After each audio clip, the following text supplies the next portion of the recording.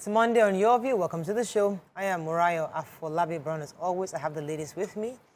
Hello, happy birthday, Dr. Obiaju. How you doing? Excellent morning, looking very nice and party mood right now. It's my birthday. Yay, happy There's birthday. no party. Let me look nice on the show and then you go look very home and sleep. You look very nice. But I'm grateful to God for life. Thank you, darling. I'm grateful to God for life, for his blessings. This morning, as I was meditating, I was just casting my mind back to 5 years ago, 10 years ago, and I'm saying, oh, some of the things that I wished for, it was just in my head as a wish. I'm already living the life, and it's very important that you're grateful, because when you're making all those wishes, sometimes it may come to pass. They say, be careful what you wish for. It comes to pass, and you forget that there was a time you were wishing for this life, and now I have this life.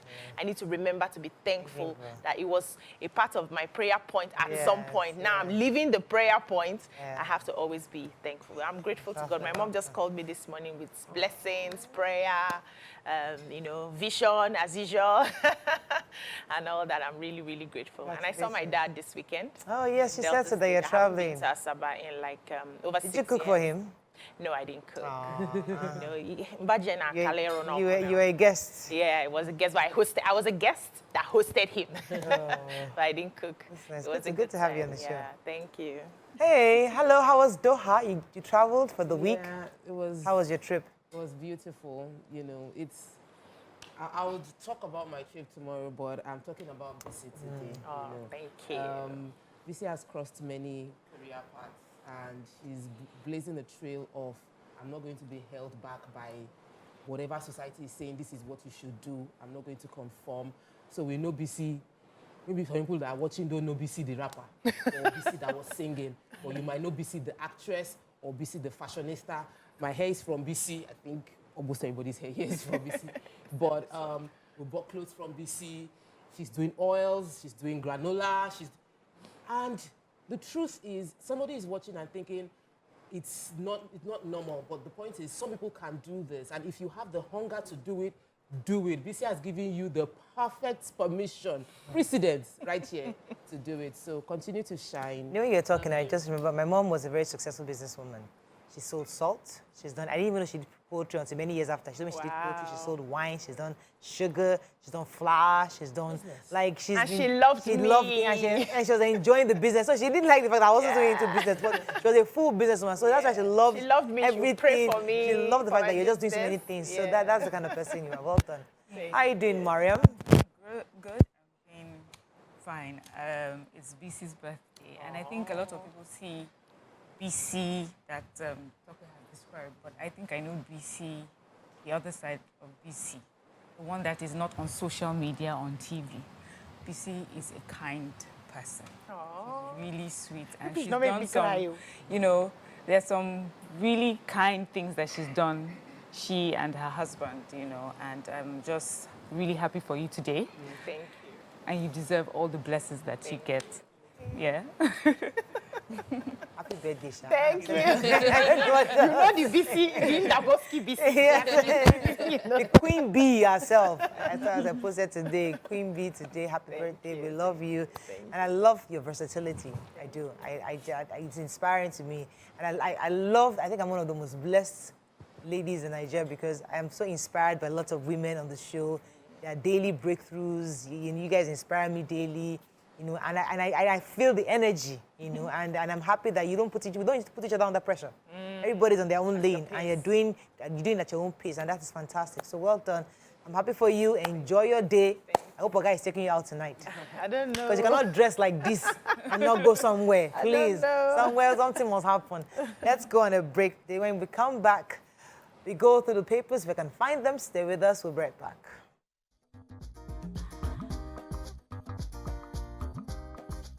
Stay tuned.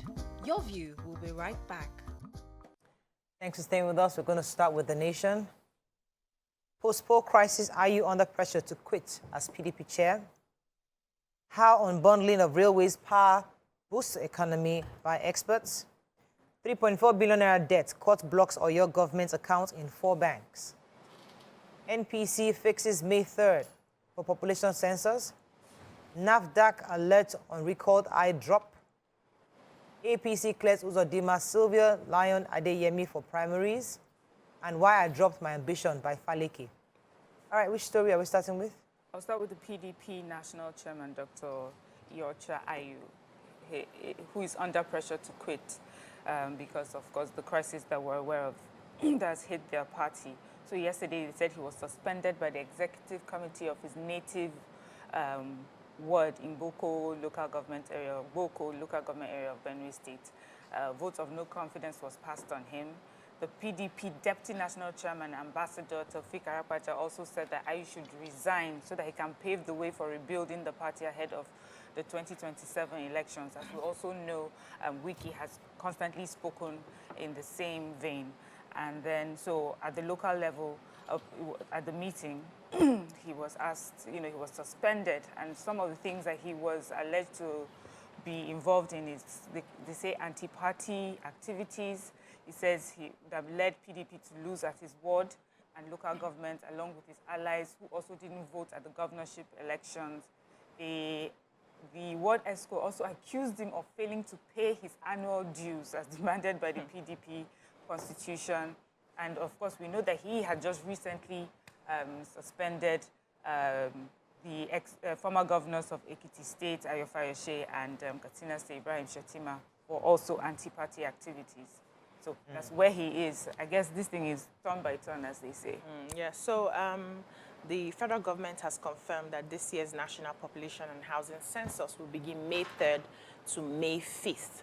A member of the Publicity and Advocacy Committee on 2023 National Population and Housing Census, Dr. Garba Abari, confirmed this message, and he said it's just going to be for a few days, May 3rd to May 5th. And he says that the census would capture every person, household, and structure for national planning and project execution. That the initial plan they had was to do the census immediately after the elections, and they had to move the census when the governorship and House of Assembly elections was moved.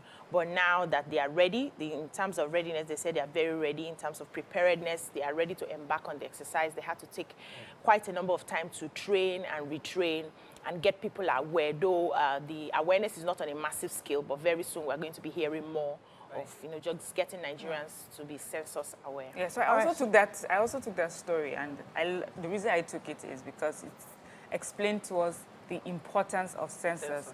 And it says that the most important thing is for Nigerians to be aware that census is about them because they matter. So let them be counted because they count. I thought that was amazing. It said it's about national planning and execution of developmental projects. All right, NAFDAC, so the National Agency for Food and Drug Administration and Control has recalled Esri Care and Delsem Pharma artificial tear eye drops. If you recall those, I remember Esri Care. Anyway, the recall was contained in a public alert by NAFDAC in Abuja by Professor Mojisola Adeye, that's the Director General herself. She said that back in the US, the CDC had recalled this Esri Care specifically because they suspected a contamination with Pseudomonas highly resistant bacteria. According to her, since US had recalled it, they had noticed about 68 patients across 16 states with health problems from the bacteria, including eye infection and watery eye. So other problems associated with the eye were permanent loss of vision, surgical removal of the eyeballs, and a case of death with the bloodstream infection. So NAFDAC has said that these Esri Care have been asked to be, they are currently inspecting and trying the ones in Nigeria to be sure if they're part of the contaminated one. But in the meantime, they're recalling all those who have the Esri Care and Delsam Pharma artificial tears eye drop, not to use them. Biko, I need to go and write that thing down because, everybody wears glasses in my house and we have, Yeah, so, all right. Another story, Nisha? Yes, major story. Oyo State has had 4 of their bank accounts blocked because they owe 3.4 billion naira to former local government chairmen and councillors who were elected around May 2018. But when the governor, Makinde, took office in 2019, he dissolved their election. They're supposed to serve for 3 years, but they didn't get to serve. And immediately they found out that he was going to dissolve their election, their position. They filed a court motion, and that court motion asked that they be paid a total of 3.4 billion naira, which hasn't been paid. and now their accounts or your bank accounts with First Bank, UBA, Wema Bank, and Zenith Bank have been frozen to allow for the payment of these councillors and local government children. The Punch.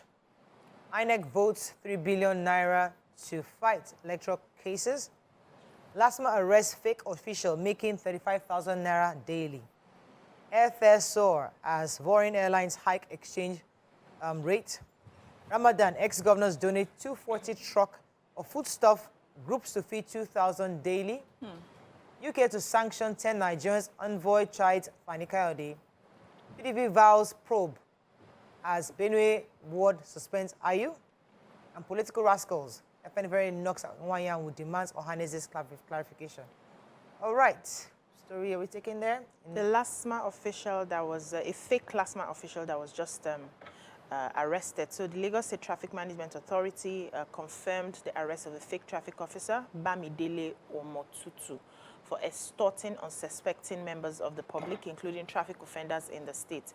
So he was picked up around Olu Holloway Road, around Alfred Rewani area of Ikoyi, by a LASMA monitoring surveillance. And by the time they started investigating, they realized that he was making about 35,000 naira daily. So for any traffic offense, or maybe you start, putting down passengers, and he was mainly targeting private drivers, private vehicles, to make that money out of them. And this was, brought to LASMA notice when some individuals started putting a call through to LASMA using their hotlines to report that particular guy. And when they asked him, he had to buy this their reflective fake jacket. That was what he was using. He's 55 years of age. And LASMA is putting out a message that every offense that you have to pay for, they are actually very cashless, and they'll have to take you to court if you commit a traffic offense. You shouldn't be exchanging cash with any LASMA official. And they are also going to be monitoring to fish out those fake LASMA officials in every area. But Nigerians are some Nigerians will abuse it. To say, oh, God, don't worry, just take 5. Just take care. But see, now there's a law. It's now left for Nigerians to obey it or not obey it. Let's go on a break. We'll be right back.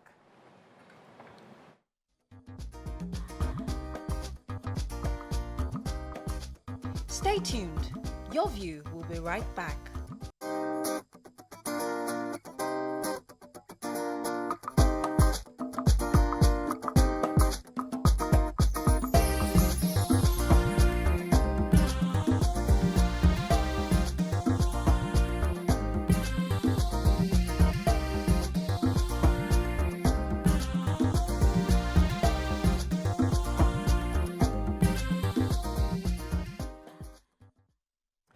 Thanks for staying with us. We're still reviewing Punch. So I have the story on airfares.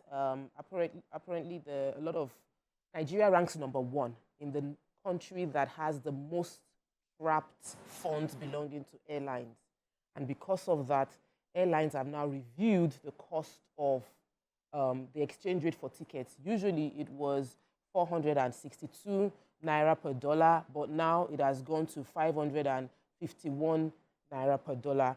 And travel agents, the former president of the National Association of Nigerian Travel Agents, Mr. Bankole Bernard, was confirmed this and said that it's getting closer to the black market rate because the CBN isn't doing enough to ensure that airlines get their monies out of Nigeria.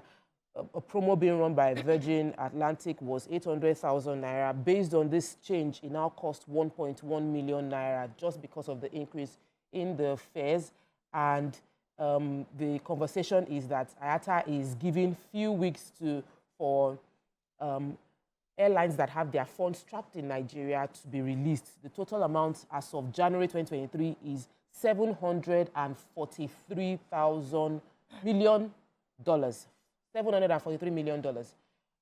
And they're hoping to get it out within the next few weeks. That's good. So for me, I have the story. A former governor of Zamfara State, Alhaji Abdulaziz Yari, he has donated 240 trucks of food items to members of the APC, internally displaced persons, orphans, and then other categories of underprivileged persons.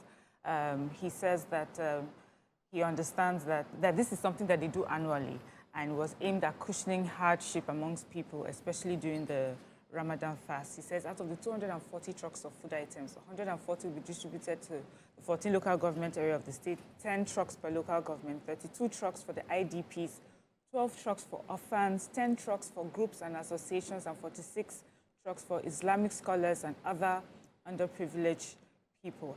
I thought it was good to highlight this because sometimes, we always ask, what do people do in between elections, in between, what do they do as a party? But it looks like, in Zamfara State, this is what they do annually to help people. So INEC has budgeted 3 billion naira to defend the results of the elections that just passed. That's for the February 25th and the March 18th. According to INEC, so far they have over 100 election petitions that have been filed by aggrieved candidates across the country. And this is why they need quite a lot of lawyers, a lot of money to be able to defend. I'd say across the states, they say some of the states we have Edo, Plateau, Ondo, Kwara, Lagos, Oyo, and a bunch of others. And even the presidential one is also being contested. Although critics have said, for example, PDP has said that Nigeria should be asking INEC why they're spending so much to defend election cases. After spending 300 billion on beavers, why are you now having to spend 3 billion on cases? APC is saying that they don't see what's so extraordinary about the budget, that they have to defend the work they've done. LP is saying no matter how much money you have, we're still going to win our mandate back. So, but they're saying that they need all the refunds, all the funds they can get to defend because they have multiple cases across the state, and it's just budget for the litigations. Moving on now, let's move on quickly to Daily Sun. UK places 10 Nigerians on visa watch list over ethnic profiling. Nwayaun didn't refer to Yoruba as political rascal, says Ohaneze. CBN steps up efforts to end Naira scarcity. More trouble for IU as NEC members back suspension by Benue PDP. Census FG assures Nigerians of credible, acceptable exercise. Anti-corruption conference asks Buhari to protect rule of law. Election violence, investigate governors, deputies, all face legal action, Serap tells INEC. Beck, Buhari, Obasanjo, Jonathan Tinubu mourns Kalu and address pains of Igbo Osun monarch urges Tinubu. Which story are we starting with? Major headline. So the UK envoy to Nigeria was speaking at Nigeria Info yesterday. The British Deputy High Commissioner to Nigeria, Ben, and I don't want to mispronounce many parts of the name, so I'll just leave it hanging. He said that they put about 10 Nigerians on the UK visa ban watch list, and this is because of what they said, especially within Lagos, the anti-Igbo comments, and that he's not going to list the names, but that they are reviewing on a daily basis, increasing the number of names of people they have on record who've said things that undermined democracy within Nigeria during the just concluded general election. It then mentioned the advantages of the huge strides that many megacities around the world has recorded because of the diversity of human capital, and attacking and preventing non-indigenes from being able to vote is totally wrong, and it impedes the growth of Lagos, quoting him. He also said that they're still watching other people to see what they've said, and he said he thinks it's right to have diversity of ethnicity, language, and he gave example of London. And he said you see the success of different people within that city because of the success of the different people is what has brought about the success of the city itself and much more. Okay, Dr. Alex Ogbonna, he is the National Publicity Secretary of Ohanes Ndigbo, and he said that the chairman of the Elders Council, Chief Emmanuel Nwayo, never referred to Yorubas in Lagos as political rascals. He said that he was referencing the video that went viral where Nwayo was saying that Yorubas are political rascals. He said that the report, Dr. Alex was saying that the report is a typical falsehood fabricated by social media entrepreneurs, decorated with wings, expanded with venom, injected with ethnic nuances to create inter-ethnic mistrust between the age-long partners in social, cultural, religious, and economic development of Nigeria. He said that what Nwayo actually said was that I want to tell those in Lagos to realize that there is no war between the Yorubas, between us and the Yorubas. Those who attacked Ndigbo in Lagos recently are rascals who should be arrested. Those were his, according to Dr. Alex, those were the words of Nwayo. We said that Yoruba people He said platforms that carry the twisted statements were bent on creating a rift between the Igbos and Yorubas. As much as some mischief makers will twist the speech of Nwanyawu, the truth remains that he holds the Yorubas in a very high esteem, and he used the Oka event to express it. I like the fact that he came out to Clarify what he said. So this CBN has been trying so far to alleviate the cash crunch. You know, they gave an order that banks will be opening Saturdays and Sunday, and a lot of people said they were able to get cash. They were paying about 20 to 30,000 across the counter. Saw line on Yes, there's a queue. So they are doing what they can. They are loading money into the banks and the ATMs, but we still need to be very patient because people actually need money. Some POS operators were said that they had to go back, you collect, and then you go queue up again because they had to start up their businesses. So let's give them commission. Yeah, I don't know. I don't think so. But however, I just want the CBN not to relax on printing of the new notes. You know, this is just going to last us till 31st of December. Do we now start all over? Exactly. So even if they are reloading the old cash, they should be working towards the new one so that once it's 31st of December, we are not back to square one. Absolutely. Moving on to Vanguard, UK, FNFRA, MBF, PANDEP, others decry ethnic profiling. Scarcity of Naira notes easing as banks comply with CBN new directives. PDP crisis deepens as parties suspend national chairman Ayu. Why we introduce e-Naira, says CBN. Rule of law, anti-graft confab asks Buhari to drop EFCC chairman. FG confirms May 3rd for census. Oluwo to Tinubu convene confab to address Igbo's concerns. All right, which story are we starting in Vanguard? So the delegates from 158 anti-corruption, social society, and non-governmental organization and community-based organization gathered in Abuja. And in an effort to deal with anti-corruption, they asked the president of President Muhammadu Buhari to let the current chairman of EFCC go. They expressed concerns that the current chairman of EFCC, under the leadership of Abdulrasheed Bawa, allegedly lacked transparency. And they said that to the legacy of our president, which is supposed to be built on anti-corruption, cannot stand if he retains Mr. Abdulrasheed Bawa as the head of EFCC. They also demanded that what they described as attempts by some politicians and people of vested interest to push the country over the edge, you know, and they spoke against the ethnic crisis, the division among Nigerians, politicians funding and pushing the narrative of division.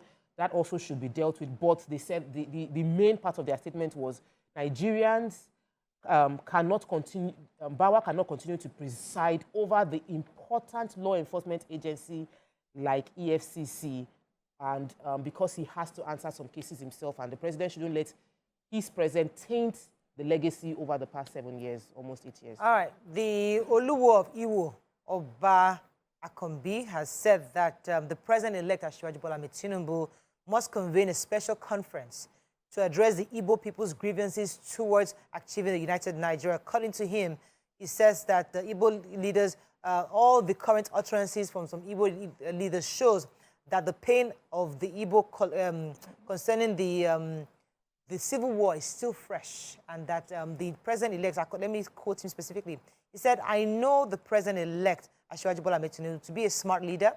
He should prioritize the unity of Nigeria through the reintegration of the Igbos to further cement the unity of Nigeria. The president-elect needs to reach out to them. We are all one spirit in a body," and that they need to have a conference to address the hurts of the civil war that's passed. Obviously, it's quite fresh, and they counted the highest loss of human lives and property during that period. And from the utterances today, shows that hurt still exists and it needs to be addressed by a conference.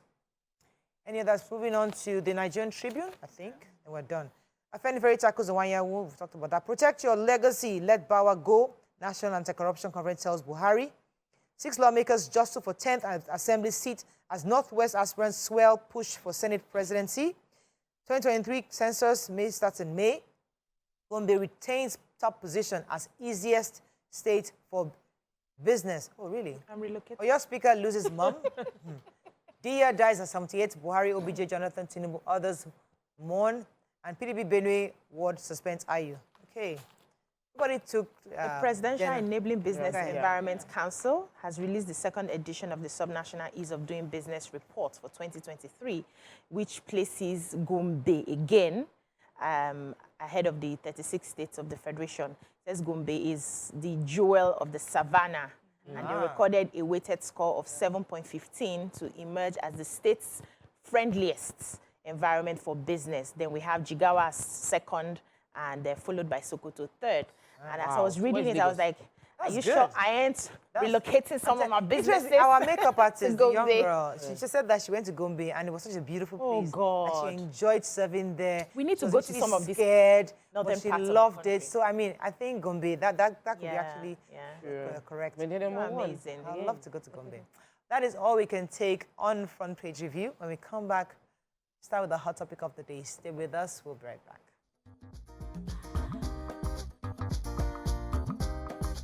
Stay tuned. Your View will be right back.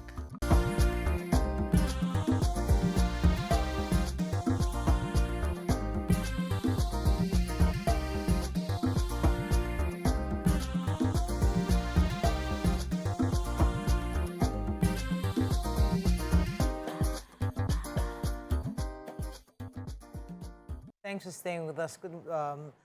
This morning we'll be discussing a viral video that showed a woman being dehumanized by police in Delta State. The story there was that the police had gone to the woman's house to arrest her son. Unfortunately, the son was not there. The mother was found, and then she was dehumanized. The video went viral last weekend, where we saw about 3 police officers and a woman and a female police using a rope to tie down a woman, holding her down, eventually then pushing her into the car. This video went viral, and many have complained about the dehumanization of this act. There's been a press release from the Commissioner of Police Delta State.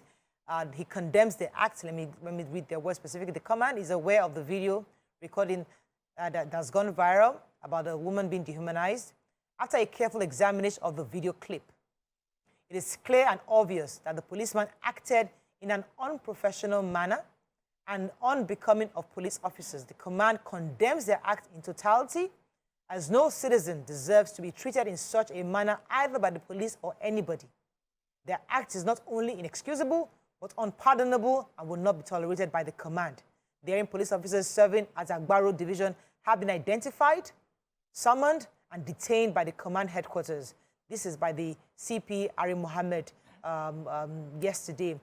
He also said that they wish to reiterate that a rope is not a police accoutrement, and as such should not be used by any police in whatsoever. So really, we understand the police force itself has condemned this act. However, there are police on the road, the ground officers, the foot soldiers out there that still don't adhere to the various rules of the Nigerian police. And this is one of the examples we've seen. What are your thoughts, especially because there's been so much work within the police force to reorientate the minds of their people, to change their acts, to change their behaviors, but yet some still feel it's okay to dehumanize citizens. What are your thoughts on this, given the fact that the police have quickly responded? You can call us on 081-270-53687, 091-390-7694. You can also tweet to us at TVC Connect. Please hashtag your view TVC so we can read your tweets. Let's not also forget, let me come to you ladies. Yes, this is the police that is easy to point a finger. But the average Nigerian citizen, oh, you caught your houseboy, you caught your driver doing something, we do the same thing. You tie them with rope, you dehumanize them, remove their clothes. We've seen videos here on this table where we rip out clothes of somebody who, he was a receptionist, he was the security guard, he stole this amount of money, and we rip them off, tie them up, and then try to dehumanize them. This is something, so yes, they are police officers, but they are also Nigerians. This is something we've seen happen across, but not just with the police. What are your thoughts? Because I don't want to just point finger as if it's only the police that does it, but in this case, it's the police, but it's beyond that. But let me. What are your thoughts on this video? We'll start by pointing fingers because we've caught on tape a person that we expect knows better, a law enforcement person, someone who has gone through training on what is the law, someone who's gone through training on what is good and what is bad, someone whose job is to maintain law and order, descend into doing something totally against law and order. So we will definitely point fingers. We can excuse if an illiterate person says, I caught somebody sleeping with my husband and then I did a video and stripped them naked and we beat them. We can say, oh, they did not know better. It was crime of emotion or things like that, but crime of passion. But a police officer, or rather, a group of police officers, there were 5 of them. One of them should have known better. One should have called the other into order. Even if that woman was a criminal, she shouldn't have been treated like that. Talk of the fact that this woman was not a criminal. Even if she birthed a criminal, doesn't mean that she should be treated in such a way.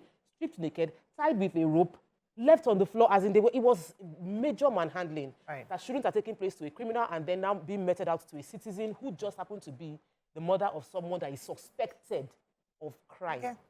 Totally wrong. Who else wants to start with the thoughts on the video? Yeah, I think the police needs to review how they carry out investigations. I've said this here sometime, and somebody was like, well, you're not a police officer now. Why are you forming consultants? And why are you talking about American movies, you know?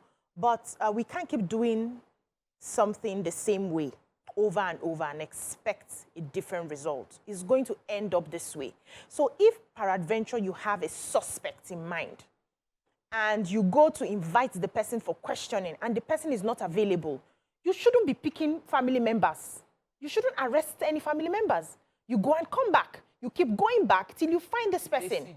Around. You can send people to hide under disguise. You don't have any issues with the family members of the person till you get this person, and maybe they now start exposing some of the family members that they worked in connivance with. You don't do that. But what we see here is there's a comedy a young boy did some time ago, and he was comparing China, the China police, the American police, and he says, you know, when an American police gets suspects that you are a thief or something, they will call you, they will question you, they will do that till you confess, or they lay traps for you till you confess. But if it's a Nigerian police that suspects that you are a thief, they will catch you, they will beat you till you confess to a crime you have not committed. It was a young boy.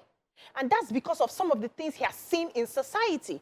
And we see a lot of people sometimes, like a mistaken identity, they are arrested for a crime that at the end of the day, you find out that they did not commit. They have been beaten, they have been tortured, and all that. Can we stop all this?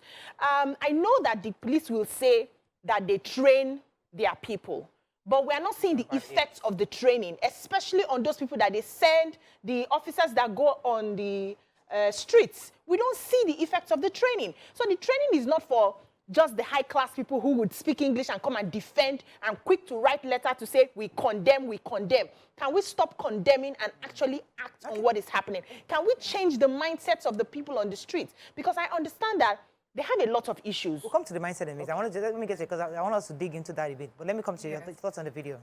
So, of course, it was annoying to watch.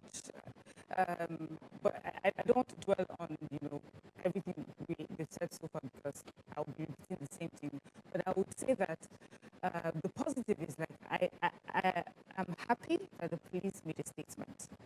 And they did it in good time. Yeah. There used to be a time in this country that this would have just gone, would have screamed at most, and then would have moved on. Now the police understand. I want to hear what you're saying, because I'm told your mic is not good. Let's go on a break. When we come back, we'll hear Mariam speak. Stay with us. We'll be right back. Stay tuned. Your View will be right back.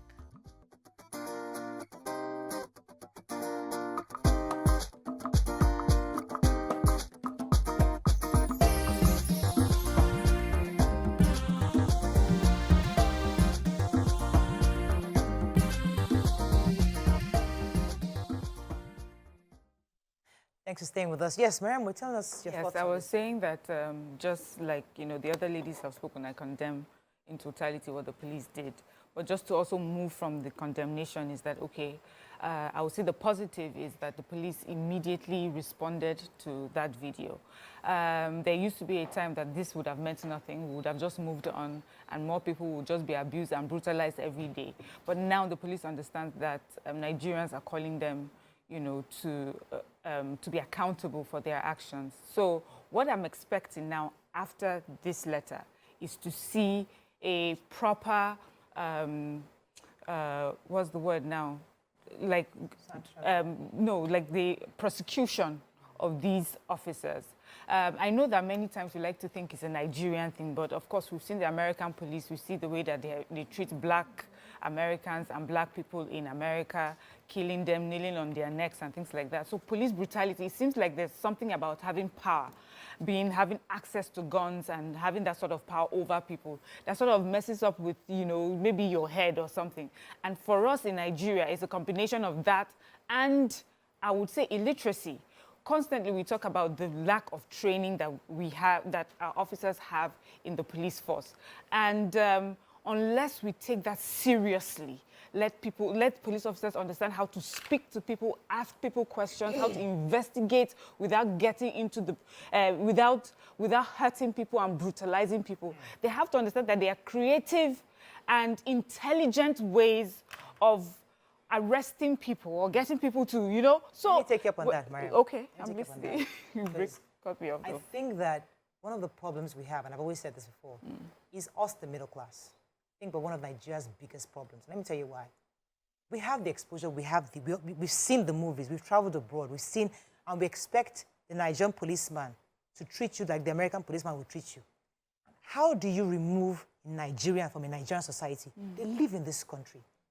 A policeman is possibly trained. I've heard that where they brought in foreign police officers to come and train our people. Yes, in that small four-corner wall, you are well trained. The moment you step out, you try to now go and engage somebody who is smoking weed or somebody who maybe inside a jegule and say, hello, young man, are you okay? I just see your eyes are red. You know, stuff like that. When you get 2 slaps from a jegule as a police officer, you remind yourself that training you got in the 4 walls of it is different from the reality. It happens also when somebody gets in master's degree in America and feels, oh, I got 3 masters. Once you enter the Nigerian system, you realize that it's a different ball game. That your master's in Harvard, you need a whole new perspective. You have to enter the Nigerian market to understand how people think, how people reason, that there's only lay involved. There is this issue that you have to, there's a different manner that Harvard cannot teach you. The same way. So I'll come to the fact that we always say that they're not trained. I want to argue that they are trained. But sometimes a whole different ballgame. So those men you saw dehumanizing, I've seen people, normal citizens, dehumanize themselves. If you and I want a better police, you and I should begin to treat, since you have the exposure, you've seen the American movies, when you see a policeman, greet him with respect and regard. When many of us in the middle class that have watched DSTV and watched movies, start beginning to treat them the way citizens should treat, maybe they can begin to, so that learning they're learning in the classroom, can begin to reflect. So many of us, we're starting a conversation. I'm just trying to see a perspective that we also have a job to do as citizens to change the mindset of the police gradually by respecting, talking to them with dignity, and then maybe they can start treating us with respect. I love your point of, you know, and we always get there. There's no day that we talk about issues like that we don't also highlight the part that we have to play. But you know, in this case, I would use another example. We have nurses and doctors in Nigeria that were trained in Nigeria, did everything in Nigeria, and then when you go to hospitals, they treat you well, they do the surgery or whatever, they carry it so well that even countries abroad want our doctors and our nurses. This is where they learned to do their job. We have not said, and in this same scenario, we have called out Nigerian nurses and doctors who have behaved in a way that is not right. We will not blame Nigeria and the way Nigeria is for some people or for some professionals that have refused to do things the way that they are meant to do it. What I like about this situation is that finally the police understands the part it has to play in calling out the bad eggs. We never used to have that in the police. I mean, it's something that we are seeing maybe in the last 4 or 5 years. We cannot say to someone who's been trained, whose job and who has gone through the training, as you're saying that they get training, which is even sad for me, that they are getting the training on how to handle people and how to do their jobs, and they come and behave like touts. They behave like bandits. I would rather believe that they are not getting the training, but to say to me that they went through training and still come out this way, then there's a big issue.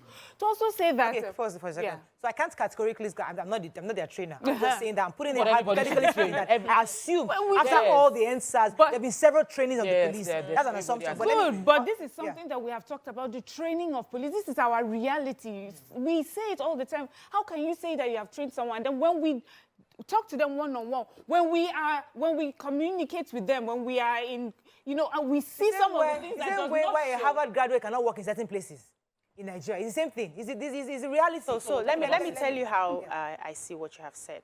I totally disagree with you. And that's because to whom much is given, much is expected. If you decide to be a policeman and you get all of your trainings, you should know when to deploy the training and when not to. So if you are getting into the criminal den, you know that there are guys with their guns and they're smoking weed and doing all of that. You know that that's not the time to be civil. You have to round them up. If you are getting into a civilian base, where is a woman you are going to pick? I'm highlighting this case now, whose son probably is a criminal. You're just suspecting. And she's refusing to go with you. Is that where you deploy your craziness because you're in Nigeria? That's you not following through. And because we do not have systems to check all of this, that's where you feel you can do it. If, for instance, a policeman does this sort of thing and is sacked or laid off or taken to prison, another one does it and say, no, I have to use or go through the proper means. I have to deploy what I am taught, especially if I'm going to a civilian's quarter. If you're going to, is a covert operation, the way they barge into hotels to catch criminals and all of that, that's a different ball game. You're going to where you're supposed to have a conversation. You're actually going to invite somebody to follow you to the police for questioning, and then you're using rope. And you say because they are Nigerians. So are you telling us that every Nigerian person is a crazy person? Well, that's something we can talk about. But let me take this call and I'll come back to you, Tokwe. Good morning, Toby. Are you there from the UK? Good morning, ladies. Live. Happy birthday, BC. Thank you. This is blinding me. Thank you. Thank you. Right. All right. I was going to contribute to the program. Yeah. I've heard you guys talk about training. And in my head, I'm thinking, how much training can we do to an already troubled mind to get them, to start thinking right or to start doing the right thing?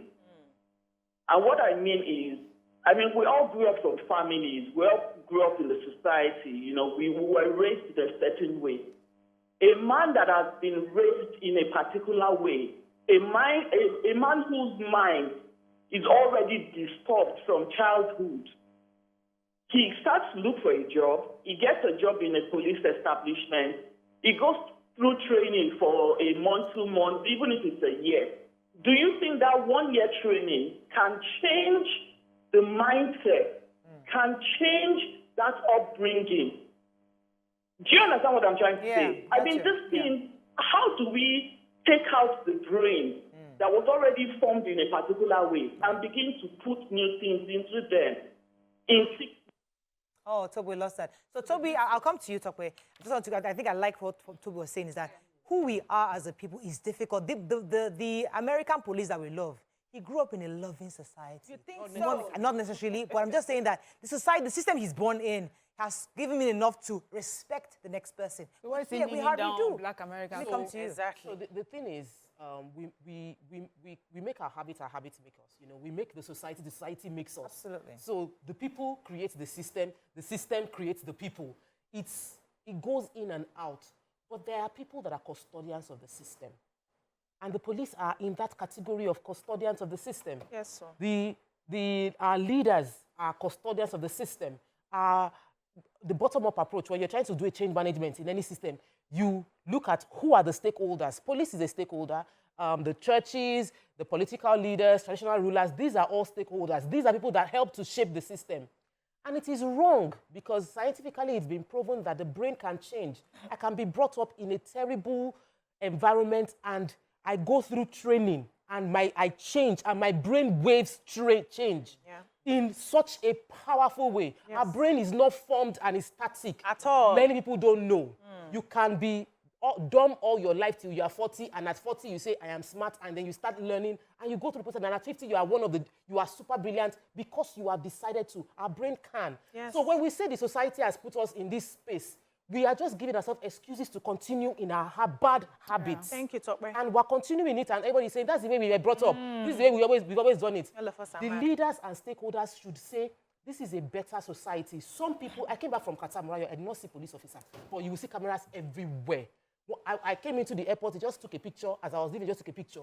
They have created a system, and it wasn't always like that. 25 years ago, they decided that our people deserve better. So here's what I'm saying, Murayo, that the system is bad now. And the police officers cannot on their own. I've already mentioned it. Yes. I said there are stakeholders that change the system. Yeah. Okay. All of us are part of the system, but stakeholders change the system. I hear you. So there's a rich man. Somebody said earlier that, an uneducated somebody that is doing this stuff. But there are rich men, big men, that will bring their houseboy, tie them up, trash them naked. And these are people that have graduated and they're also educated. They are part of the system. Part of the stakeholders. No, they're not stakeholders. They are part of the system. No. We are Being stakeholders. wealthy does not make you a stakeholder. No. We are Nigerians. We are stakeholders in this we are Nigeria. part of the system. Yes. We are not stakeholders. The stakeholders are people that can make a decision that can impact on the lives of many. Yeah. One police officer can affect, if a police officer comes inside here, no matter how wealthy we are, we will all stand. Yes. Because he is a stakeholder. Yeah. When the government has a comes in legal here, backing. everybody will stand. A soldier comes here, we will stand. Yes. When a traditional ruler comes here, we will stand. Yes. There are stakeholders. It's not about wealth. Okay, No, let me I get explain. what you mean by we're all But we are part of the system. We're also stakeholders. This nation called Nigeria. Yes. You see, we cannot get one person who I have appointed to fix Nigeria. You and I are going to fix Nigeria. support the How person. do I fix Nigeria? When I see a police, I am respectful. When I see if my houseboy does something, I don't ramp him up and tie him up with rope and say you must arrest him. No, I give him that dignity of who he is. So tomorrow, it's because the police officer, he gives the next person dignity and respects you. That policeman could have been somebody's houseboy in the past. That woman you've seen could have been somebody's house girl in the past, where somebody beat her up, and then all she knows in her head is we must tie you up with the rope. The point I'm trying to make is that I agree with each other. Yeah. I want you to understand that we the people, we that claim that we want to point finger at police, we are equally culprits in this. Yes, Morayo, we are all stakeholders in this country, Nigeria. All of us citizens, I agree with you. It's not just the police, but in our stakeholding, we have called some people aside and we have given them ministries, departments, and agencies. You see, not everybody has, we are saying to them, not everybody has head, but you make sure they have head. Supposed to have head. So, but you are taking us from this whole Nigeria. Yes, so we're putting you through this training so that you would tell us, when you're in a class, even in primary school, you have a class prefect. And the class prefect will be called aside and told, this is what I expect you to do. When the class prefect does something wrong or is caught, his name is in the noisemakers list, they're like, you, class prefect, you should know better. So that's it with the police. They should know better. Okay. And what even makes it more shocking or painful is, not only are you just asked, you're holding a gun, you have that power of the gun over people. And to do that to another person who we know that is not a criminal on the run, who was not pointing guns at you. We have heard of police officers and we thank them for their sacrifice, we thank them for their work, where they go and they're in gun duels with people. But we're talking of this particular scenario. And we have seen it many times where people are is it overzealousness, or I don't understand. You use a hammer to destroy an egg. This is just a person that you would have, they would have just put handcuffs on her and this would have been done. It's even but wrong. to strip her naked and have the rope Benjamin. tied on her arms, it's just so... Good morning, Benjamin. Sorry for keeping you. Are you there? Good morning. You're live. Go ahead, please. I greet all of you there, and happy birthday to Darling Celebrant. Thank you. So clear. Before I bring in my point, I want to give this piece of advice. We that we are, you people that we are there physically, we have the length of time to speak and report about the topic there. But those people, those of us that we are contributing at our own cost, please be considerate. Once a call enters, try to answer us first before you continue your discussion over there, so that the one that they are holding will not spend much, and the money will not have expected that will even that will deprive the person to contribute his point or her point. Now, my point on this is this. Can you hear him? I can't hear him. You people that... Sorry, I didn't hear what you said. We're saying that when a call comes in, we should cut the call into the show immediately and not wait until our contribution is over. Because people that are calling also want to contribute. Okay.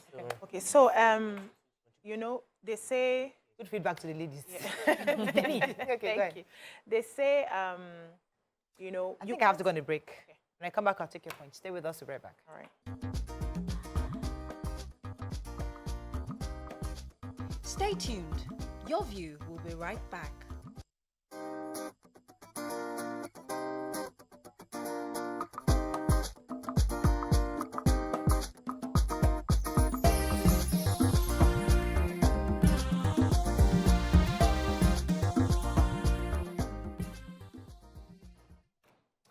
Thanks for staying with us. We're still discussing this, the happenings in Delta State where police people dehumanized a woman who they said that her son was possibly a criminal and they had gone to take her down. And the CP of Delta State has condemned this in its entirety and said that those who have been arrested will be persecuted. He'll be joining us very soon on the phone in a moment, but let me take your thoughts before I go to him. Yeah, so, you know, the other lady that called said something about society forming who we are, and so we cannot separate the police from the society, because how long will you train somebody, even if it's a year, and expect the person to change? But I beg to differ, and like Tokwe explained, the human mind can accept what it wants to accept and transform when it's ready to transform. And I've never seen even a madman go and meet a cow, right? Madmen will harass you, but when they see animals, they run, because even in their madness, they have sense. And you wouldn't say because you had a bad upbringing or you are laden with poverty and then you transfer it. When you are working, you are supposed to wear a cap for that profession. That is what makes you different, because you are doing that job. No matter how crazy somebody gets, if you know that if you misbehave in your office, you will be fired. You will organize yourself. As crazy as we think Nigerians are, when they travel outside the country, they obey the rules. They stand in line because they know that there are consequences for those actions.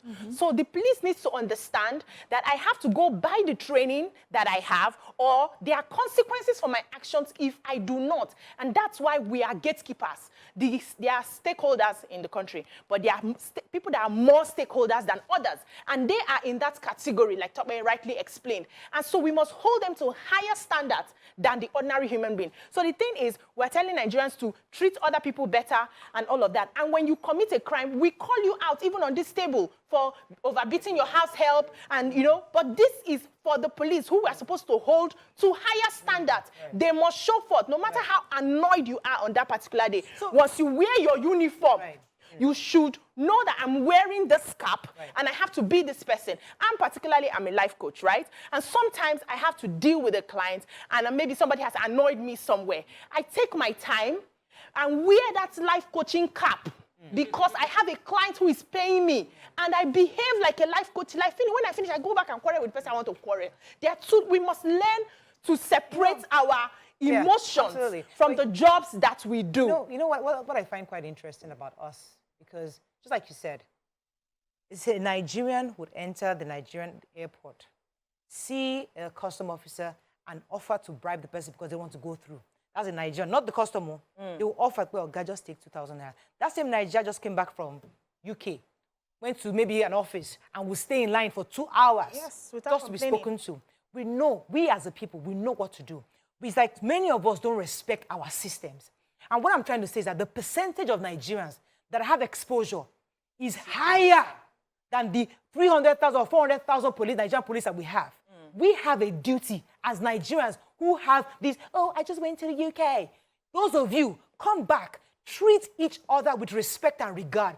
This same Nigerian that went to the UK will still take a houseboy and slap their face because, oh, you took my $2,000. Or we still treat each other. So I'm saying that for those of us that know better, that we have the higher ground, that we are smarter, we have a bit of exposure. If we start to treat each other with that respect and regard, it will begin to trickle down to the police. So when the police, when I'm not talking to that 400,000, when I'm almost done.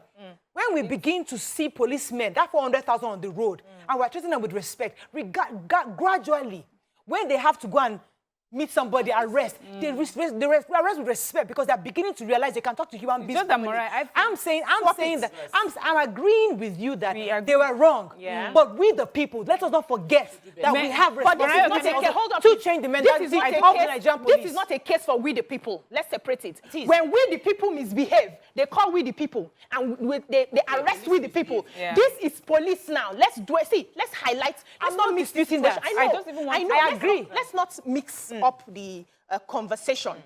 If you as a body does something wrong, let's talk about it. Let me even just... You as a people do something wrong, let's talk about it. But swapping it so that the police will change, we will have to do better. It's the other way around. Because those who are in positions of authority should set the example. And then it trickles down. I just want to say it's actually the other way around about them setting example.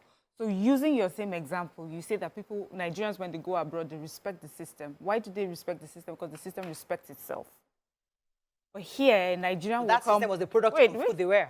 It respects itself. It understands. In that country, it's not that there are no criminals or that crimes are not committed, but they know that when they are caught, they'll be punished. Here is that Nigerians understand the systems are disrespecting themselves. Nigerians understand that there are loopholes and there are flaws in the system, and they'll find ways to, take advantage of that flaw. So if you are the police system or the police body and you're the military body and someone comes and offers you the bribe, you respect yourself, you respect your office, you respect your uniforms, the ethics, the conduct of your office, you will not receive that, you will not collect it. And the next Nigerian knows that if you try to bribe a Nigerian officer, you're in big trouble.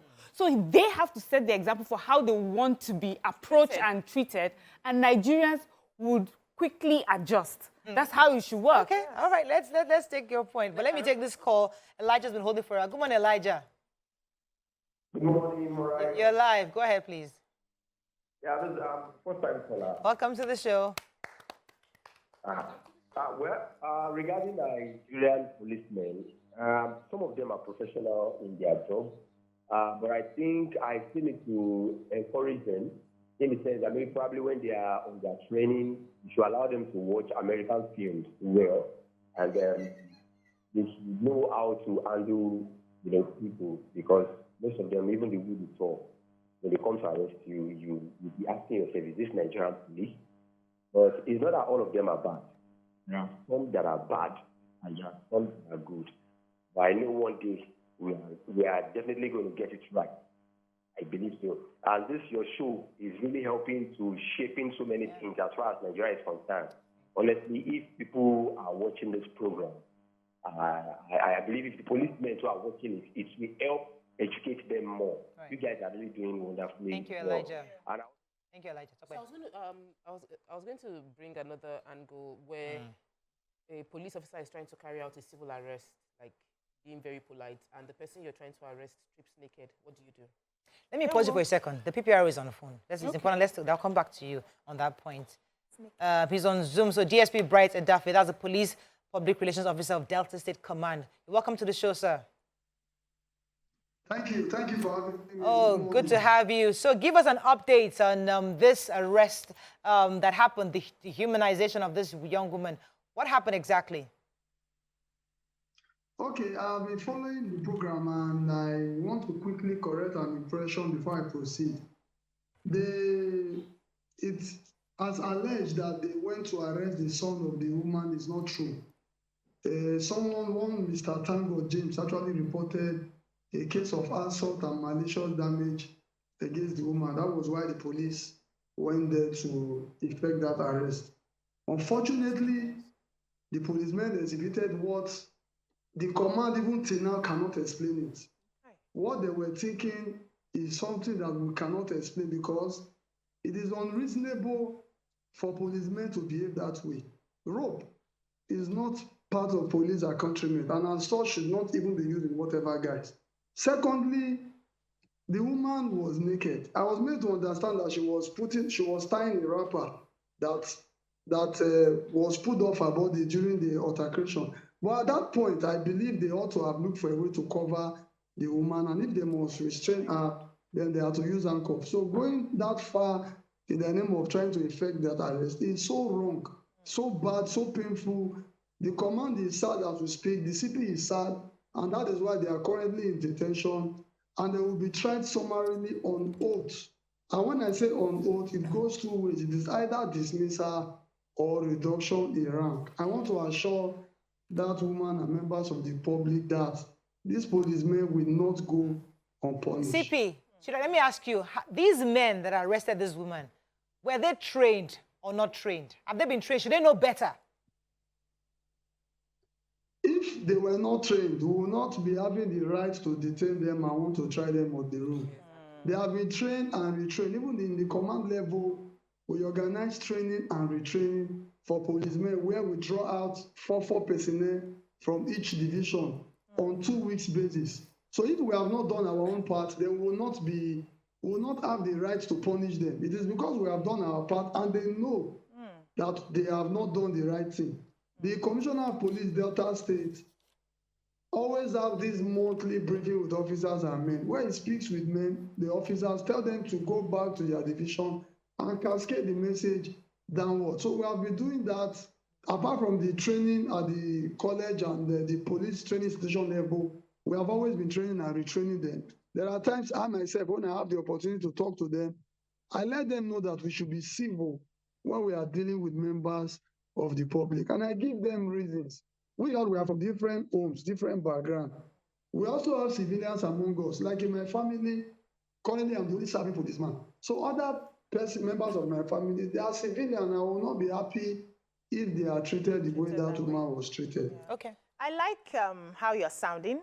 And we're living to see the day where the police will be holding itself accountable when they do wrong. And this is very, I'm going to applaud you for this. Well done. And I would like to ask, are you trying to upgrade your training in such a way? So there's a difference between gathering people together and having a conversation on what to do and what not to do. And you understand that the kind of job you're doing, the people who are at, handling those positions must be at a level where their mind is sane most of the time.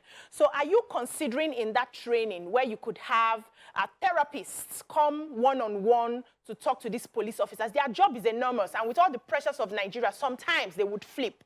Are you considering that? That's like an upgrade in the training, so that you have better men representing the police force out there?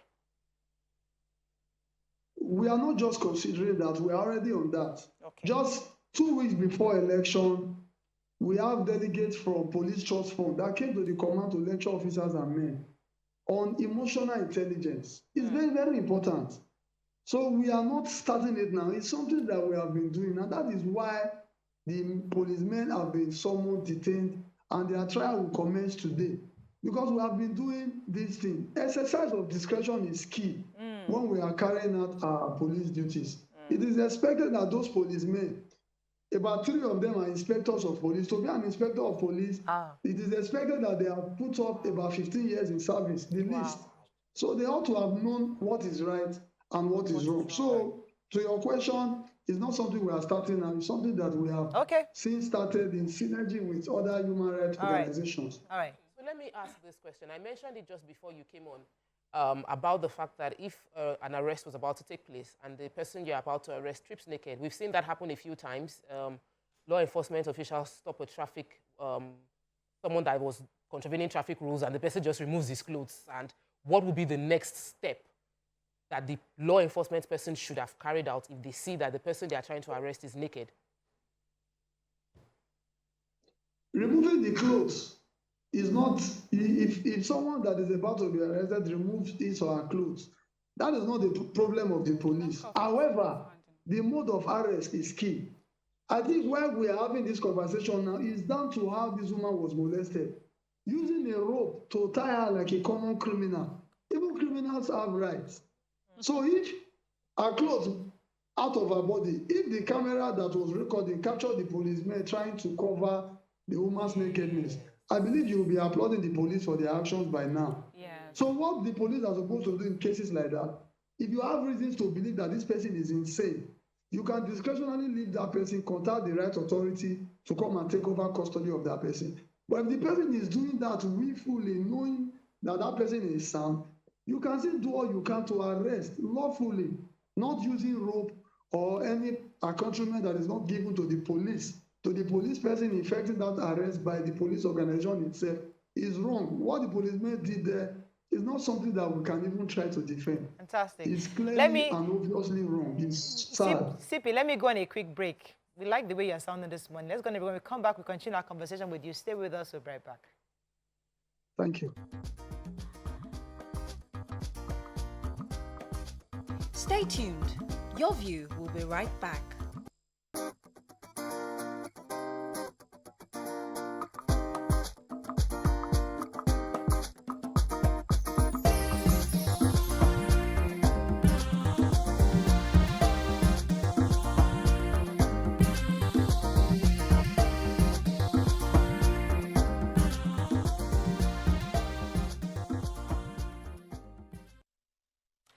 Thanks for staying with us. We still have our guest. Yes, Miriam has a question for the guest. Yes, I would just like if you could help inform us and educate us on what the minimum requirement or criteria is for the police force to, you know,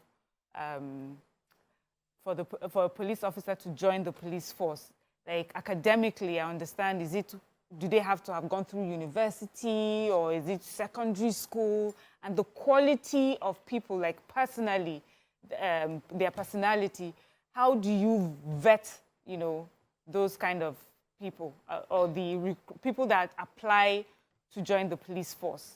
And do you have like would you say we have quite a number of Nigerians that fall within the criteria that the police force is seeking?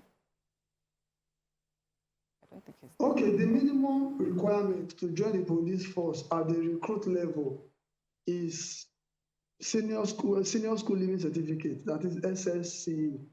That's the minimum requirement at the recruit level, not at the officer cadre. However, what we do now is for the officer cadre, we admit them into our university, that is the police academy, where they are admitted with their O-level certificate, and they are trained in that university for about 4 to 5 years, where they now become graduate students. But for the recruitment level, those that want to start as a constable, the minimum requirement is SSC. Okay. All right. So when do we hope to see prosecution? Because usually when the police detains many of their officers, we don't really get to hear what happens afterwards. Will we be updated on what's going to be happening to these people? I think there are 3 men and 1 woman, correct? 4 men and 1 female. 4 men and 1 woman. Okay. When do we get to hear? Okay. Yeah. Yes.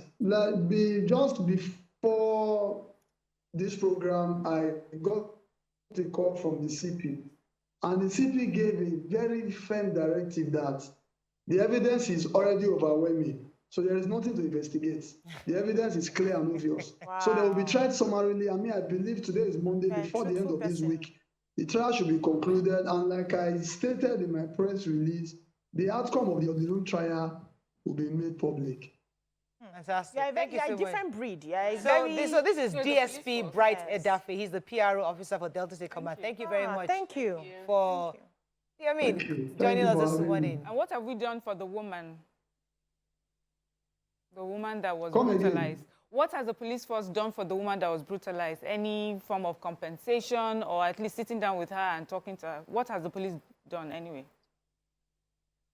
Yes, the CP has mandated the DPO Agbaro division to reach out to the woman and her family. I believe by the end of today, we'll be able to get 1 or 2 feedback from the DPO. Thank you very much. I think I'll let you go at this time. It was really, really great to hear. Yeah, it's really refreshing to hear the Nigerian police speak concerning these kind of things this way. I think Nigerians always want to hear empathy. They want to hear that Nigerians are concerned, the police are concerned. Yes, we're not making excuses. We're just painting different scenarios to understand the various perspective to an issue. And I'm happy that the police, but it's interesting that the police can say here, in this case, and there's nothing to investigate, it's open and shut. But there have been several cases that we've seen that it's open and shut, and they'll still tell you that investigation will be ongoing. That was then. But you know one of the things that the press release said, and even the PRO said, rope. other videos, we don't see rope. Like, it's not just that you dehumanize someone. You used a tool that was not in any way provided for you. Where did you get the rope for? Why did you use the rope? You have error. Yeah. So you see that there are things. That's why I said it was of course the open and short cases. Like we can see that you used a rope. What I'm saying that in our experience on this table, we have seen several open and short cases of videos. I can't recall now, but there's been so many cases where you tell the police say investigations are still ongoing. Yeah, because sometimes they can be shades. But to hear the same police tell you today that this one is very obvious, there's hardly any. Well, I guess it's only the police that can tell you if it is open and short. You as a Nigerian, you can decide what's open and short, but the police may not think. Especially because what we see is usually not the entire story. Yeah. Remember what he said that the story we heard was they were going to arrest the son, and then found out that she was the one that was being arrested in place of the son, only for him to say that that wasn't the story. Yeah. So sometimes what we see on social media is not the truth. But if the police is saying from their own point of view that we believe that our own people were culpable in how they managed this situation, then it is inspiring hope in the police system. And we need to see, we don't want to see more crimes, we just want this to be highlighted a whole lot more. And the same people that made that video of the pulling go viral, please take the video of what the police PRO for Delta State just said. Let it go viral as well. Let people see that the police are doing what they can within their own control to ensure the system is cleaned up with it from inside out. Even the posture of this police. Please make it go viral. Some people need to learn. Some other police or PROs need to learn from the officer, just the Odafe. Because the way he was saying, even the way he's, you know how we've seen plenty PRO comes on this station. They will shut you up in your. They will tell you, you see, that is not how it is done. No, you don't understand it. Let me just say, I'm this one. I'm the sweetest. Nigerian police, because I am an optimist, and I believe that Nigeria can work. And I'm one person that I believe that the police is making an effort. Yes, sometimes we don't see it on the roads. When our youngsters say they arrested me because I have dreadlocks, we see that the profiling is still going on. But we also know that the police is trying to make an effort. And the posture of, listen, this case, it's clear, we're going to do what we're doing, we arrested them, it's wrong. You know, they itemize the issues they've had with the video and what happened. And they're also telling us, even the women will be accordingly visited and should be sorted out. So that's refreshing to know. And when we hear this kind of stories, we highlight it because we want Nigerians to believe in the system. And that's my continuous grouse. We, the people, always find every opportunity to bring down what is ours. And if we see that Nigerian police is doing better, we should applaud them. Yes, Mariam. Is that not what we're... Oh, sorry, I have a call. Yakub, you're live. Go ahead, please. Our final call on this, then we're going to break. Yakub. Yeah, good morning. Good morning. Good morning, Mariam. Morning, sir. And, good morning, everyone in the studio. Good morning. I just called this morning to applaud the Nigerian police. Listen to the young CP. Look at the way the young man talk. In fact, I'm proud to be Nigerian this morning. Why? Because if Nigerian citizens see if our police working like this, why can't we have the information in our hand and distribute it to police that will know that when you see something, for you to say something, you are safe. You do get it. Look at what the even said. There's nothing to investigate on because the thing is glaring that the Nigerian citizens are already posting online. You see. So the position of this guy should be coming. In fact, I'm very, very proud this morning that Nigerian police, look at that guy, very young and very intelligent. God bless Nigerian police. I'm very happy. Good morning. Yes, thank you very much. It doesn't take much to please. Yes. It doesn't take much to impress us. Just respect yourself. My husband said, when you see the system there, the system respects itself. You will not even offer them a bribe because of the way they carry themselves. And I won't see this man and disrespect him. At all. I will not. I might be older, I might be richer, but he has carried himself with so much respect that I will be forced to just conform. Respect his uniform. So I think that it is, we need to let this cascade down and see more of this, and please let it go viral. Fantastic. Amazing. Fantastic. If I see a man like that, I won't disrespect him. Absolutely. Absolutely. You're right. You're right. Okay, that's all we can take on this. When we come back, move on to another topic. Stay with us. We'll be right back.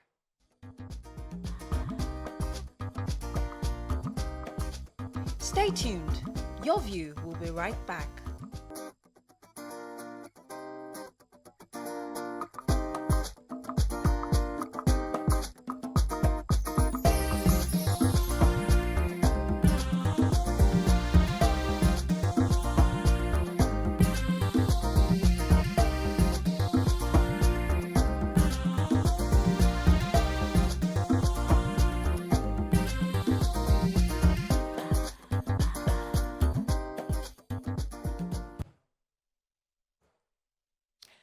Thanks for staying with us. Another hot topic is the situation of Senator Ike Ekweremadu, who has currently been convicted in the United Kingdom at the Old Bailey hearing, where he and his wife, 60 years, his wife 56, Beatrice, and Dr. Obinna Obeta were convicted of conspiring to exploit a man for his kidney. According to them, they are taking a street trader from Lagos, 25-year-old, for their daughter, 25-year-old Sonia, to provide kidney transplants for worth about £80,000 in the private transplant hospital in Royal Free Hospital in London. According to the prosecution, they offered £7,000 and promised opportunities in the UK for that young man who was a street trader in Lagos State. And we've seen the case, and it's quite painful to see that a respected member of the National Assembly could have undergone such case and has now been convicted. This is not a time to, it's actually a time of, it's a painful reflection, I would say. And it's quite interesting for us to discuss our thoughts on this. Many have applauded the UK system. Others have condemned the fact that Nigeria couldn't do much to help their citizen. What are your own general thoughts? I mean, this is just a few minutes to the end of the show, but it's important for us to hear your thoughts on this conviction. He's facing about 10 years, I believe. Some have said 25 years, but I'll get the exact figure in a moment. Someone say he's going to be faced with 10 years imprisonment in the United Kingdom, he and his wife and the doctor. The doctors also were saying that they treated the man as mere body parts, that he was not treated as a human being. The part of the confession of the doctor was saying that the young boy was referred to as just like a mere body part to be used. And the UK has tried to have their modern slavery laws. This has been tried on. I think I was told also that this is one of the first cases they've tried under the modern case law in the UK, and they were willing to just use it as an experiment, or not experiment, but as a reference for going forward to stop modern slavery that has been rampant across the country. What are your thoughts on this conviction? Especially, this is one of our own. This is one of our citizens. This is a respected member of the Senate, and somebody who that many Nigerians would have thought would never be caught in this kind of things. I've heard different versions, the spiritual version, the technical version, the karma version, all sorts of versions on social media. People have come up with all sorts of stories. But it's important for us to reflect on this situation, hear your thoughts on it. Call us on the numbers on your screen, 08127053687, 09139076948. You can also tweet to us at TVC Connect. Please hashtag your view TVC so we can read your tweets. Who would like to go first? Your thoughts on what happened? So, for me, there are many sides to this story, and our heart definitely, my heart goes out to Sonia, his daughter that would be free, alive, and knowing that her health condition led to the desperation that brought the parents into this place. What the Ekweremadus did, which is in the UK context, is called human trafficking and organ harvesting, is something that several Nigerians have done. Some I know, where people, they offer the opportunity to donate your kidney if you're a match and get paid. And people do this. It's part of our system thing, things that you can do in Nigeria and get away with, and then you do the same thing in another country, and it's a total crime. And I'm happy that the system works there. I'm wondering what lesson can we learn here, because we would definitely always need to do kidney transplants. It's something that would always happen. It's that, can we create a system where doing things that we do here will not become something that will become a crime somewhere else? Because what the Ekweremadus have done is as a parent, try to find a solution for their daughter's problem, which was a health challenge. And they've explored several options, and they explored one of the options that now happened to be a crime in the community where they're trying to do it. He approached that boy without telling him what he was going to do, then it's also probably a crime also in Nigeria. But many have said that in abroad, there is a waiting list. Usually when people are dying, they say, please donate my kidney, donate my heart to the medical science to be able to use it. So when that happens, it's gone through a normal process, and then there's a waiting list that could be years before you get to your turn. So he didn't want to go through that process. So as a Nigerian who feels that this guy, I can get somebody, I can pay them £10,000 or £7,000 and change their life forever in exchange for my daughter's life. Now, men who have said, it's not a big deal here. Because that boy could have used the £7,000 in Nigeria to change his life. But if he did it without informing that boy did not really know before going to the US, that's where I think was the problem. What are your thoughts on this? I just want to, for me, I would like to ask the question, in Nigeria, is it a crime to reach out to someone and ask them for their body part and you would pay them if taking this body part is not going to cost them their lives? Is this something that we do in Nigeria? Is this does our constitution acknowledge that it's okay to pay for a living person's body parts? I'm not sure about what, yes, I don't know about that. And secondly, because of the caliber of the Ekweremadus, I just feel that, and then the doctor also that was supposed to be doing this, I feel like they would have put into consideration the laws of the land, in the UK. They would have been aware of what the laws are concerning doing something like that.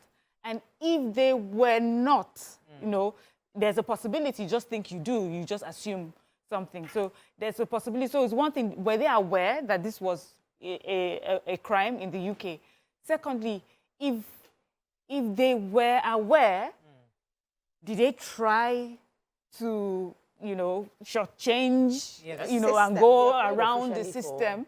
And that is a crime if they know that. See, in the UK, you can give your body part if it's done altruistically. You're not asking for money. Nobody's offering you any money.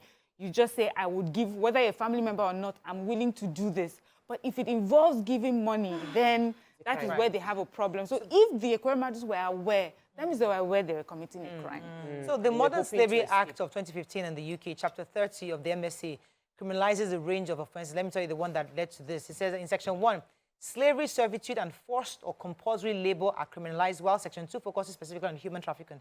So the human trafficking part of that law says a person commits an offense if the person arranges or facilitates the travel of another person with the view to being exploited. According to that section, it's irrelevant whether the victim is an adult or a child, and also inconsequential whether the consent was given or not. So even though he has signed a letter saying, Oga, you are taking my victim, given or not, this is their modern-day slavery. So even though there was a letter of consent, it wouldn't have been accepted. As long as you came to this country specifically for that reason, it's a crime. So, Mariah, you see why we have to develop our country? Develop all the facets of our country. The healthcare system, the educational system, because the truth of the matter is the world is moving and we should be allowed to move at our pace.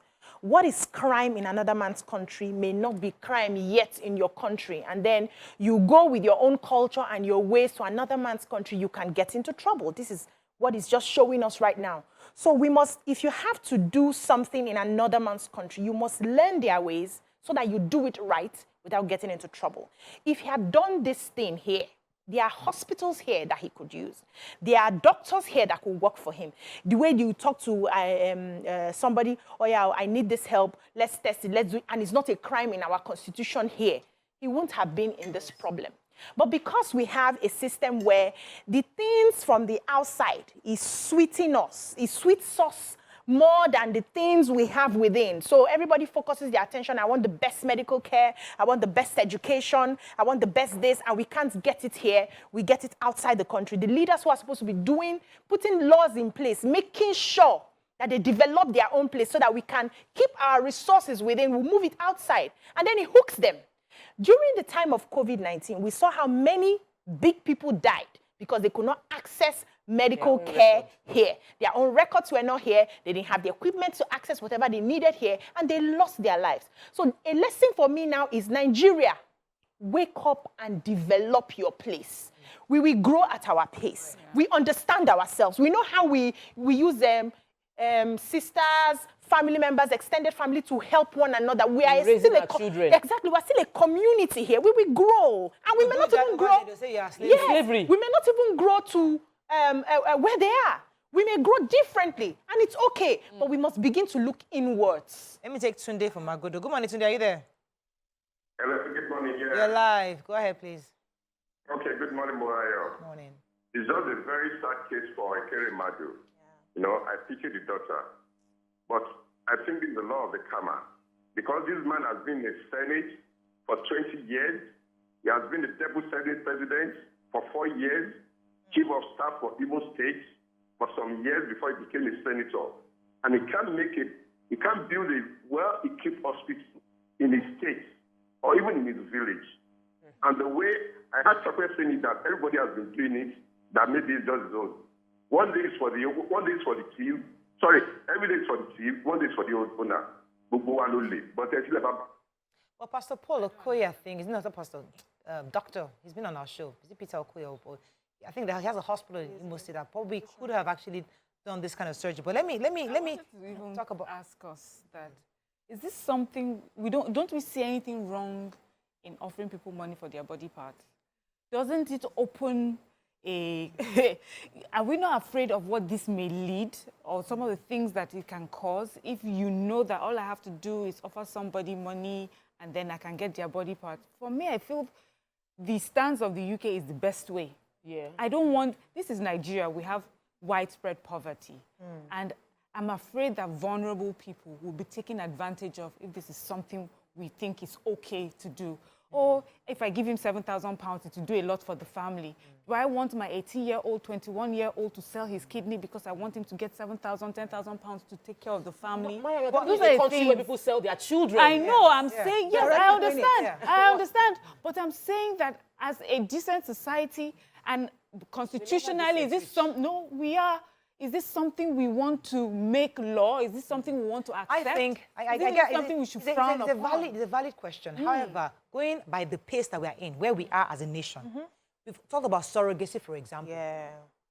I can call Tokwe, I want you to have children for me, between you and I. But you see, we need to create laws to protect me and protect you. Yes. So though I can call you as a psych, where I have fun and help me give birth to children, what the Nigerian law as of today can do is help ensure that even if you're going to give me your kidney, there's a law where I say, okay, this is the process. You sign, I sign. There's something to back it up. Where over and over again, it will not hurt me in future. Yeah, so maybe that's where we are. I'm not saying that's the right thing, but it's possible that's where we are right now. That as we begin to evolve, then they cannot criminalize it. But when Nigeria is, maybe we can do exactly as the UK is doing as we choose to. But we should go at our own pace. Yeah. Ideally, what Mariam said, what the UK is practicing, ideally, that is what it should be.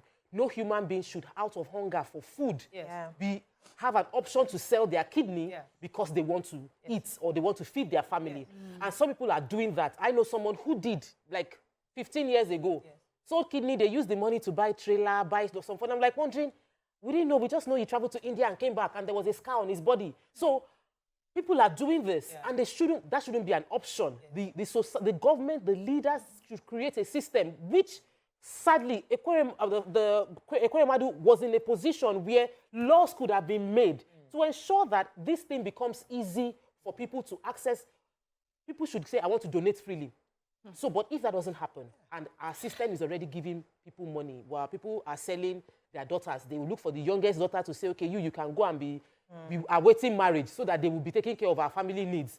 All these areas need to be nipped if we truly want to have a balanced society. This conversation is different when you have an uncle, because I know somebody very well that he actually needed transplant. And they were looking for uncles, cousins, brothers who matched. Eventually somebody matched, where it was a family conversation, where it went smoothly. What I'm saying that where it doesn't go smoothly, where the person dies in the process, where something happens, the law is protecting you. So we're not there in the UK where I say, totally go and stay in the queue. We're not there yet. We should have a law where even though your sister says, I will give you my heart, let your sister sign. Say, okay, when I die, let it be something documented that is legally backed, where the lawyers are seated and everybody agrees. I'm hoping you explore all the options. Do it. So when we do surrogacy, the same thing. Yeah, so I think we should be allowed to grow at our pace. We are somewhere. We haven't gotten there yet. Though the conversations can be had on how we can better protect ourselves, we've seen people who donated for free. I just like you. I don't want you to die. And I ask myself, what am I doing with two? Let me give you one. And it goes away like that. The Constitution can now start creating those laws to help us to protect either one of us. In case you change your mind or you die in the process.